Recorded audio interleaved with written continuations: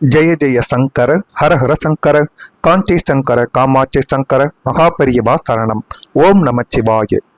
நாளை ஆகஸ்ட் 27ஆம் தேதி வரக்கூடிய இந்த பௌர்ணமி நாளில் நம்முடைய வீட்டில் இருக்கும் கஷ்டங்கள், மனக்கவலைகள், குடும்பத்தில் இருக்கும் பிரச்சனைகள், பணம் தொடர்பான தடைகள், தொடர்ந்து நம்மை வாட்டி கொண்டிருக்கும் எதிர்மறையான எண்ணங்கள் என எல்லாத்துக்குமே மனதளவில் நிம்மதி பெற வேண்டும் அப்படின்னு நினைக்கக்கூடிய மனிதர்கள் இந்த ஒரே ஒரு எளிய கிராம்பு தீப வழிபாட்டை மட்டும் நீங்க செய்தாலே போதும்.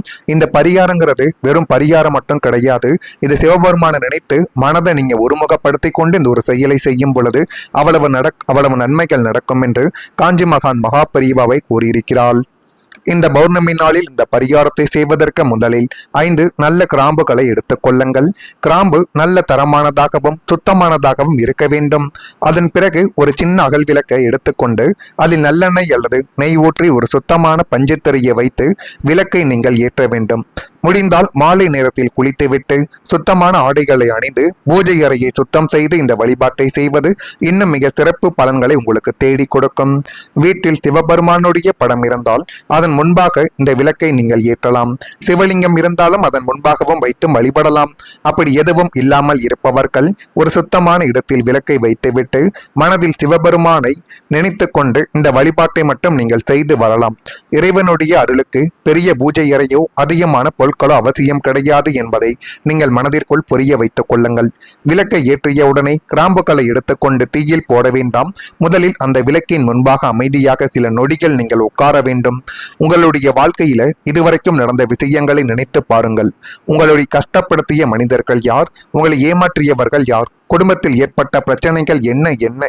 பணம் தொடர்பாக ஏற்பட்ட சிரமங்கள் என்ன? நீங்கள் முயற்சி செய்தும் பலன் கிடைக்காமல் போன விஷயங்கள் என்ன? மனதில் நீண்ட நாட்களாகவே இருக்கக்கூடிய கவலைகள் என்ன என்பதை முதலில் நீங்கள் அமர்ந்து யோசித்து பாருங்கள். ஆனால் அந்த நினைவுகளை நினைத்து மீண்டும் நீங்கள் அழக்கூடாது. அந்த பிரச்சனைகளுக்கு மீண்டும் சென்று உங்களை நீங்களே காயப்படுத்தி கொள்ள வேண்டாம்.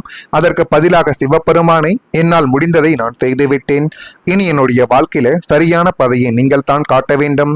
நான் தவறான முடிவுகளை எடுக்காமல் என்னை காப்பாற்ற வேண்டும். என்னுடைய மனதிற்கு அமைதியை கொடுக்க வேண்டும் என்று நீங்கள் மனதார சிவபெருமானை நினைத்து நீங்கள் வேண்டி கேட்டீர்கள் என்றால் அதுவும் இந்த பௌர்ணமி நாளில் எதுவாக இருந்தாலும் அதை சிவபெருமான் உங்களுக்கு நிச்சயமாகவே தேடி கொடுப்பார்.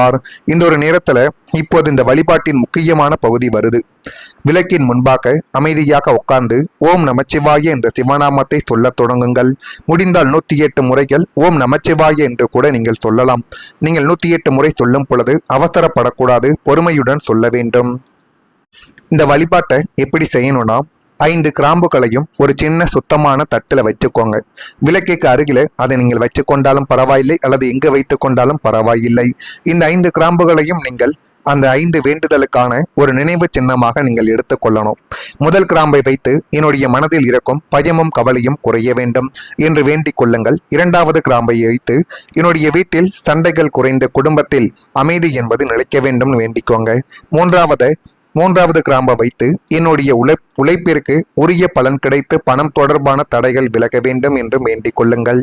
4வது கிராம்பை வைத்து என்னை உண்மையாக நேசிக்கும் நல்ல உறவுகள் என்னுடன் நிலைத்திருக்க வேண்டும். அடுத்ததாக நீங்கள் 5வது இதை கூறும் பொழுது நீங்கள் என்ன வேண்டும் என்றால், எந்த சூழ்நிலை வந்தாலும் நான் இறை நம்பிக்கையை இழக்காமல் நல்வழியில் என்னை வாழ வைக்க வேண்டும் சிவபெருமானை என்று மட்டும் நீங்கள் மனதார வேண்டிக் கொள்ளுங்கள். வேண்டிக் கொண்டு இந்த ஒரு மந்திரத்தை நீங்கள் 108 முறை ஓம் நமச்சிவாய என்று மட்டும் கூறுங்கள். இதை அவசரமாக கூறாமல் பொறுமையாக கூறுங்கள். இதுவே உங்களுடைய வாழ்க்கைக்குள்ள நல்ல ஒரு மாற்றத்தை தேடி வந்து கொடுக்கும். இங்க ஒரு விஷயத்தை மிகவும் தெளிவாக நீங்க புரிந்து கொள்ளணும்.